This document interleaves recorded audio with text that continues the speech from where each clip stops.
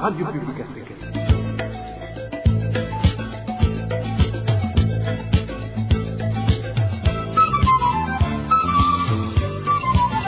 Radio Publique Africaine.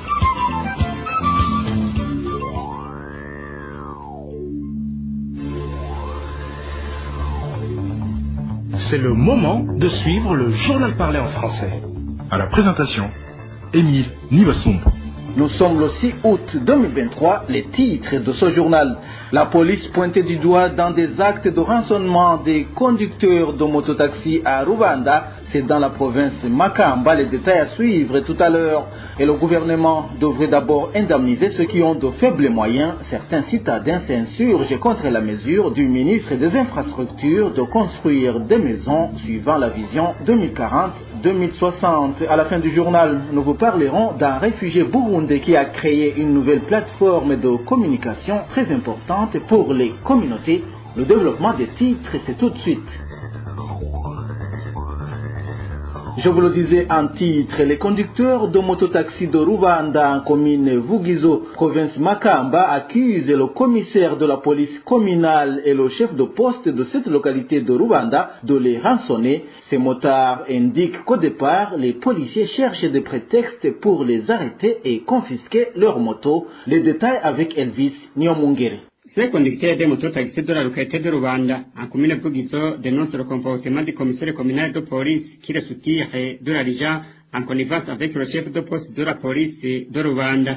Ces propriétaires de mototaxis, faut savoir que ces policiers se rendent sur le parking de motos et créent des prétextes à base desquels les motos doivent être confisquées pour être remis moyennant une somme de 100 000 francs versée sans quittance, ce que ces motards qualifient de vol perpétré à l'endroit. Le commissaire communal de Vugizo, aidé par le chef de poste qui presse au marché de Rwanda, s'est arrogé le droit de racketter les motards d'ici. Il a procédé à l'arrestation de ces motos et chaque propriétaire devrait débourser 100 000 francs pour récupérer sa moto. Et aucune quittance ne leur a été donnée en retour. Ces conducteurs de mototaxis sont souvent accusés de ne pas s'acquitter de leurs obligations, notamment le paiement des taxes de l'OBR, ce que les propriétaires de mototaxis rejettent catégoriquement, car toutes les motos confisquées, à tort ou à raison, doivent impérativement payer les 100 000 francs pour être remises à son propriétaire. Chaque moto qui croisait les routes a été confisquée. Tout le monde devrait payer 100 000 francs, qu'il soit en ordre ou pas. Par exemple, on te dit que ta moto n'a pas payé à l'OBR. Et quand ils leur donnent les documents prouvant le contraire, ils nous disent qu'ils n'en ont rien à faire. Les informations en provenance de la commune de Vugizo, faut savoir que sur ce poste de la police de Rwanda, il y reste une seule moto dont son propriétaire n'a pas pu trouver les 100 000 francs burundais de Pont Nové. Ces propriétaires de mototaxis de la localité de Rwanda en commune de Vugizo demandent aux supérieurs hiérarchiques de ces policiers de la commune de Vugizo de les redresser afin de couper court avec ce genre de voies dont sont victimes les propriétaires de mototaxis. Ils demandent également que la moto qui y reste soit remise à son propriétaire sans condition. À ce propos, la rédaction de la RPA a essayé de joindre Daniele, chef de poste de la police de Rwanda, ainsi que Marino, commissaire de la police communale de Vugizo, mais sans y parvenir. Quittons Makamba pour nous rendre à Gitega où certains sous-locataires des stands au marché central de la capitale politique disent subir des menaces de la part des fonctionnaires et cadres de l'État locataires de ces stands.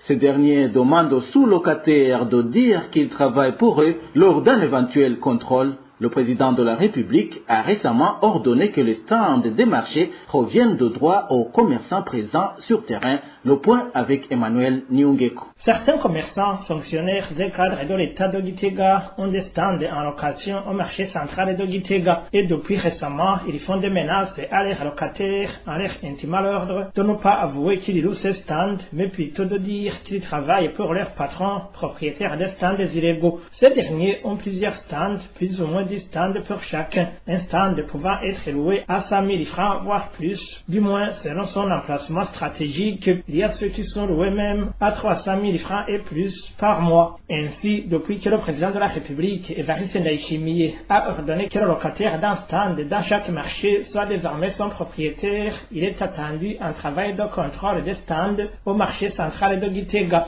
Cependant, plus d'un souhaite que ce contrôle ne soit pas effectué par les résidents de Gitega, dans la mesure où parmi eux figurent ceux qui ont souscrit plus de stands obtenus illégalement. Ces gens sont constitués par ceux qui ont des galeries au quartier de Musinzira et au pourtour du parking des véhicules de transport en commun situés à Masanganzira, mais aussi des parcelles à bâtir dans différents quartiers de la ville de Gitega. Certains des éléments de cette bande sont essentiellement composés d'une partie du personnel de la commune de Gitega, des anciens gestionnaires de la dite commune, des anciens commissaires du marché central de Gitega, les membres influents du parti CNDD-FDD et d'autres. Je vous le disais également en titre, certains propriétaires des parcelles dans différents centres urbains du pays s'insurgent contre la récente déclaration du ministre ayant les infrastructures dans ses attributions. Ce dernier a appelé les citadins à construire leurs parcelles suivant la vision 2040-2060.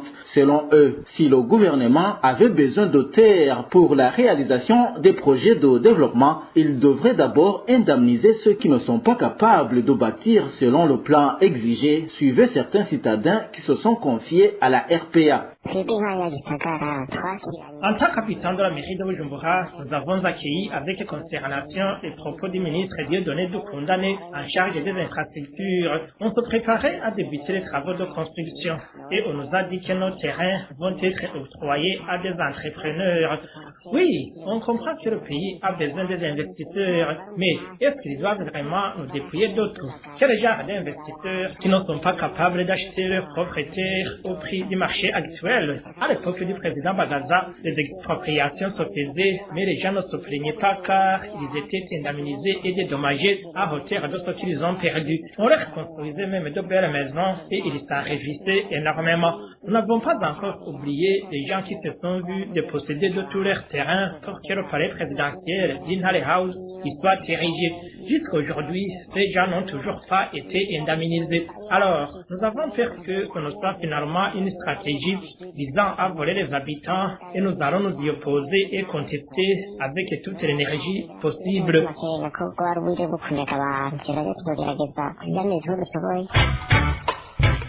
Moi, je trouve que ces propos tenus par le ministre en charge des infrastructures et équipements montrent que, des fois, nos autorités prennent à la légère la situation économique difficile que traverse la plupart des Burundais. Comment se fait-il que nos autorités cherchent à ce que les Burundais vivent à l'européenne ou à l'américaine, alors que nous sommes un pays très pauvre?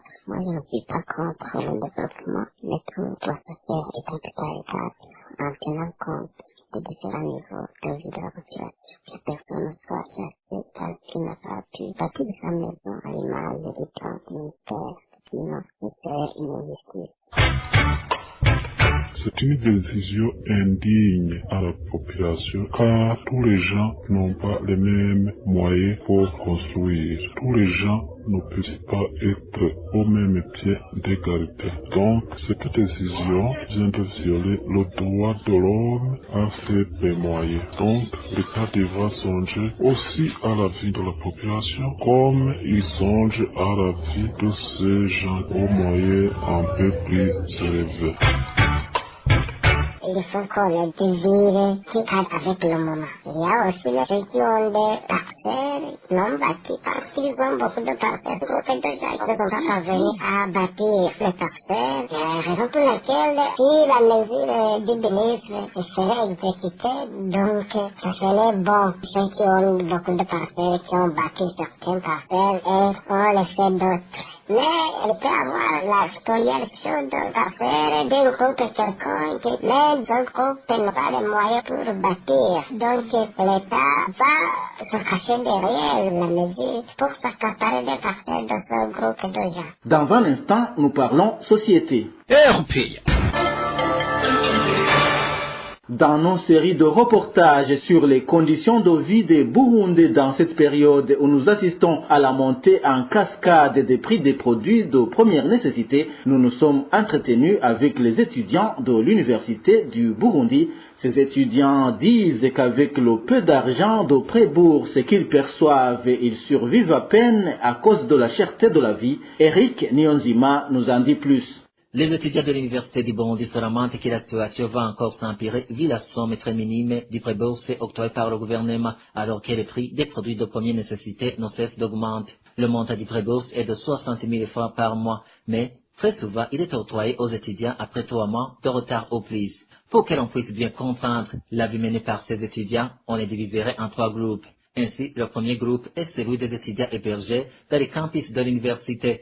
Ces étudiants disent que puisque l'université ne leur donne plus de la ration alimentaire, tout le montant de pré-bourse est dépensé dans les restaurants, étant donné que le peu d'argent qu'un étudiant peut consommer est de 2 000 francs par jour. Pour cela, ils sont dans les possibilités de satisfaire à d'autres besoins.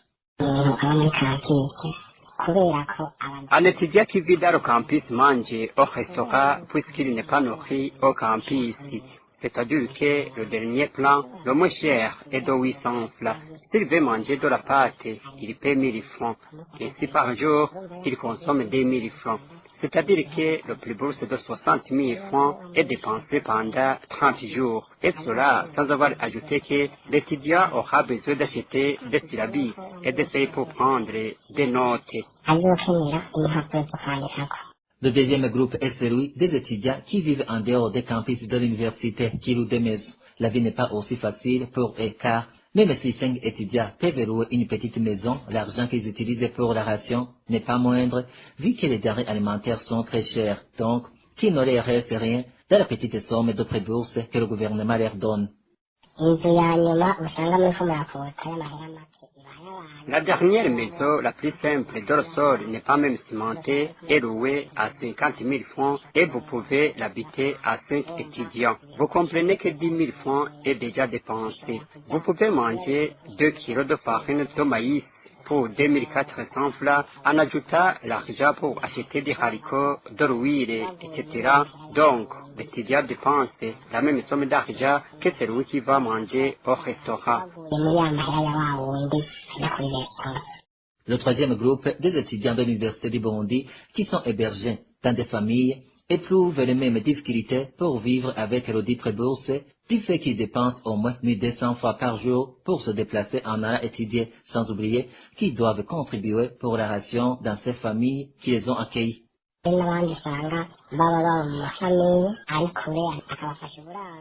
Il y en a d'autres étudiants qui vivent dans des familles qui habitent très loin du campus.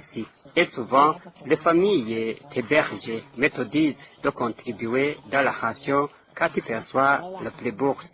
Alors, si l'étudiant doit prendre 2 bus pour venir à l'université, il va consommer plus d'argent que celui qui vit au campus, car prendre 2 bus va lui coûter 1200 francs par jour.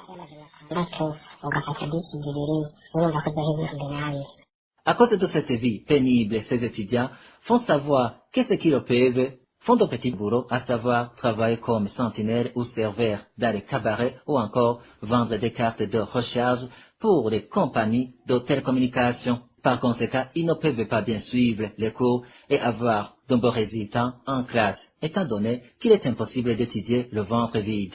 Ces étudiants de l'université du Burundi demandent au gouvernement du Burundi d'augmenter le montant du pré-bourse pour qu'ils puissent étudier en toute tranquillité, sinon les cas d'abandon universitaire vont se multiplier, ce qui va avoir un impact sur la qualité de l'éducation dans le pays. Il s'observe une insalubrité dans la zone Kanyosha de la mairie de Bujumbura. N'ayant pas de dépotoir, la plupart des ménages préfèrent jeter les ordures dans les caniveaux. Ceux qui trouvent des parcelles vides dans les environs y jettent jusqu'aux cadavres d'animaux morts. Le point avec Onésime de Shimagize. De nombreux quartiers de la zone Kanyosha, mairie de Bujumbura, ne sont pas organisés en ce qui concerne la collecte des déchets ménagers. La population se plaint que les administratifs semblent ne pas prendre au sérieux ce problème. Ainsi, selon la population, même ceux qui voudraient payer les contributions pour les associations qui collectent ces déchets ménagers ne sauront pas par où commencer. Ce sont des habitants aux moyens limités qui éprouvent des problèmes.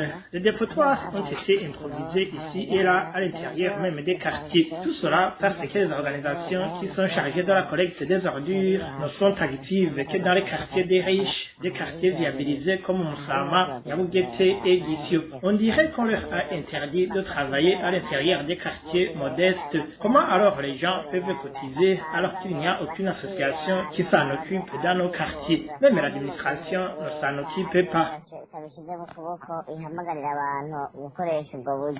Ainsi, pour chaque ménage, tous les moyens sont bons pour qu'ils se débarrassent de leurs déchets ménagers. On profite des parcelles vides à l'intérieur des quartiers et on y jette des ordures. On peut même les jeter dans les rues. On profite généralement de la nuit pour s'en débarrasser. Une situation gênante pour les ménages proches de ces lieux qui ont été transformés en dépotoirs. Ça doit bien sûr gêner les habitants. Par exemple, entre deux parcelles, on y dépose des ordures et ça dégage une odeur nauséabonde. Parfois, on y jette même les chiens morts. La population locale réclame la contribution des administratifs, ne serait-ce que pour sensibiliser la population et les organisations qui s'occupent de la collecte des déchets ménagers. À ce propos, la rédaction de la RPA n'a pas pu joindre le chef de la zone Kanyosh. Dans un instant, nous nous rendons à l'extérieur du pays. RPA. Un vol à main armée a été commis dans la nuit de vendredi au camp de Nyarugusu situé en Tanzanie. Certains réfugiés burundais indiquent que ce vol a été commis par certains policiers chargés de la sécurité de ce camp. Plus de détails avec Dani Claire et la trouve. Les réfugiés burundais du camp de Nyarugusu indiquaient ce vol dans la nuit de ce vendredi a débuté vers 19h. Ces bandits se sont dirigés chez un certain fidèle où ils ont volé des postes radio et des plaques solaires. Notre source dans ce camp fait savoir que ces bandits se sont également rendus dans le ménage d'un certain Wacha de la zone 9.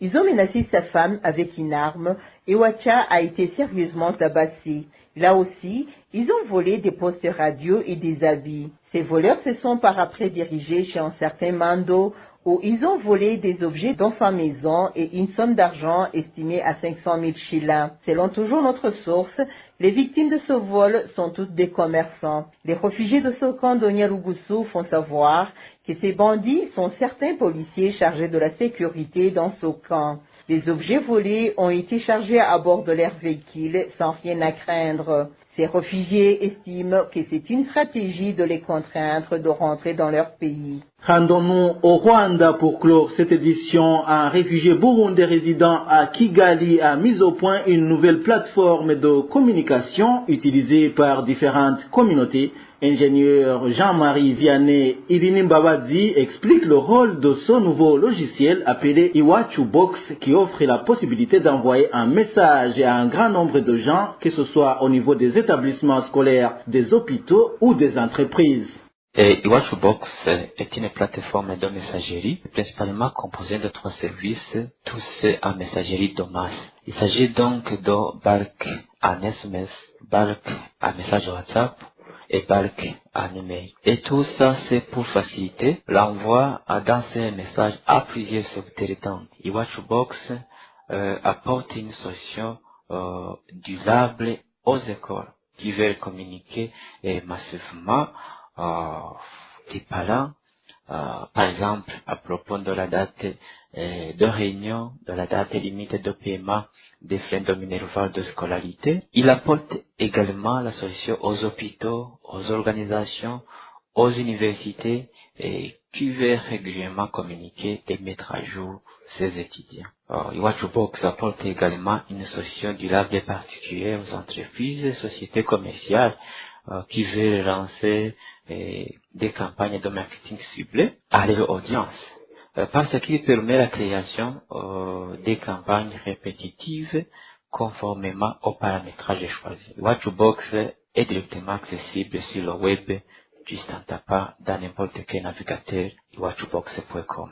L'informaticien Jean-Marie Vianney Irinimbabazi ajoute que ce logiciel est accessible à tout le monde et encourage les autres jeunes burundais à exploiter leur talent pour exceller dans la créativité. Iwatchbox peut être utilisé par n'importe qui, partout où il est. C'est Soglo pourvu qu'il est connecté sur Internet, et ce qui n'est pas quand même un problème délicat dans ces jours-ci. Pour la question concernant comment utiliser Watchbox pour faire des communications d'une manière professionnelle, c'est très simple et facile. Et pour toutes les personnes qui savent déjà manipuler des appareils électroniques, en particulier les téléphones mobiles et modernes, et pour aussi des personnes qui ont déjà des notions de base sur l'ordinateur. Pour l'appel que je peux lancer à mes confrères burundais, partout où ils sont, qu'ils soient au Burundi ou ailleurs, premièrement, je les connais bien comme intelligents, et surtout ceux qui ont eu les chances d'accéder à l'éducation, tant secondaire qu'académique. Ils détiennent des connaissances et des compétences de différents domaines, et la technologie informatique, et la construction, et l'agriculture et l'élevage, et la médecine, ainsi de suite. Mon appel à eux est de penser loin, et surtout sur la création des choses nouvelles, ou l'amélioration de ce qui existe déjà, tout en passant principalement aux étapes suivantes. Premièrement, identification des connaissances et compétences par chacun. Deuxièmement, l'identification des problèmes se trouvant dans les entourages, bien sûr qui peuvent être résolus par l'application des connaissances et compétences qu'ils détiennent déjà. Et finalement, passer à l'action juste pour résoudre ces problèmes identifiés avec des moyens techniques et des stratégies appropriées.